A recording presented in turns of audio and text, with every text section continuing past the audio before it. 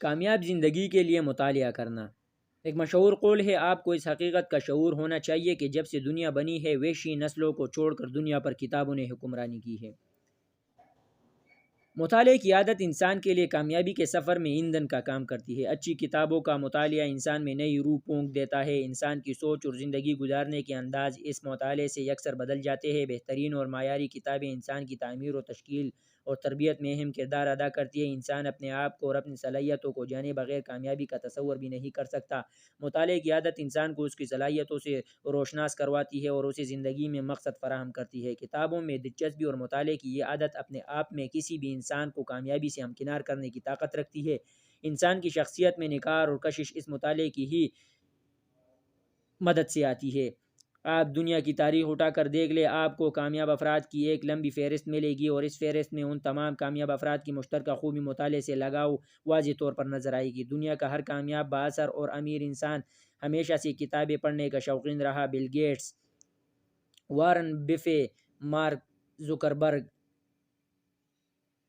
ایلان Musk اور Stephen Hawking سمیت تمام افراد نے کتابوں کے مطالعے کو اپنے روزمرہ معمول میں خاص مقام دے رکھا ہے۔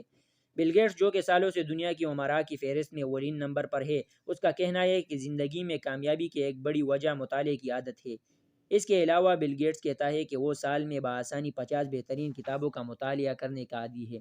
ہفتے میں ایک کتاب کو پوری توجہ سے پڑھنا اس کی عادت ہے۔ کتابوں کے مطالعے کے لیے اس کی لائبریری اس کی پسندیدہ کتابوں سے بھری ہوئی ہے اور وہ مطالعے کا شوقین ہے۔ ایک مشہور قول ہے، زیادہ سے زیادہ کتابیں پڑھنے سے ہی انسان عالم کہلاتا ہے۔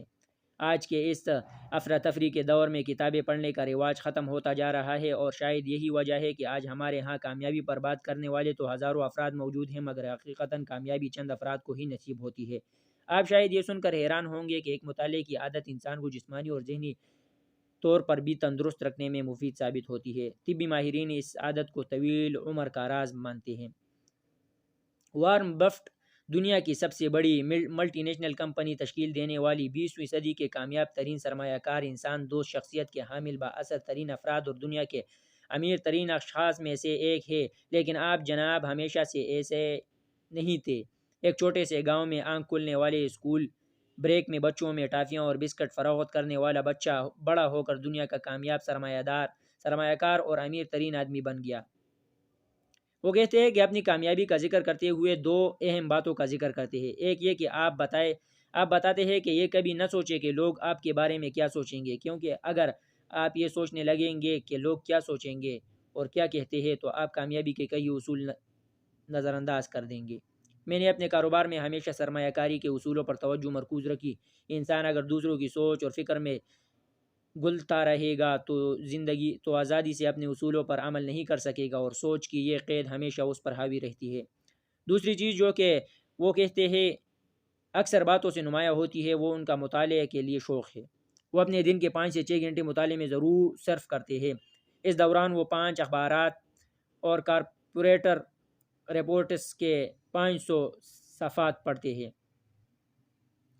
ان کی پسندیدہ کتاب دی انٹیلیجنٹ انویسٹر ہے۔ ان کا کہنا ہے کہ وہ کسی بھی جگہ سرمایہ کاری سے قبل مطالعہ کرتے ہیں۔ مطالعہ تحقیق کے دامن کو وسیع کرتا ہے، اور یہ کہ دنیا کا ہر کامیاب انسان مطالعہ کا شوقین ہوتا ہے۔ اگر آپ بھی کامیابی حاصل کرنے کے خواہش مند ہیں تو آپ کو بھی مطالعہ عادت اپنانی چاہیے۔ وہ کہتے ہیں کہ دریا کو دریا جانیں، اس کی گہرائی ناپنے کے لیے دریا میں چھلانگ لگانے کے بجائے باہر لگا بورڈ پڑھ لے۔ زندگی میں اپنی غلطیوں سے نہیں بلکہ دوسروں کی غلطیوں سے سیکھنے کی کوشش کرے، اور ایسے مطالعے کی مدد سے ہی ممکن ہے۔ ہر کام سے قبل ریسرچ کامیابی کی ضامن ہے۔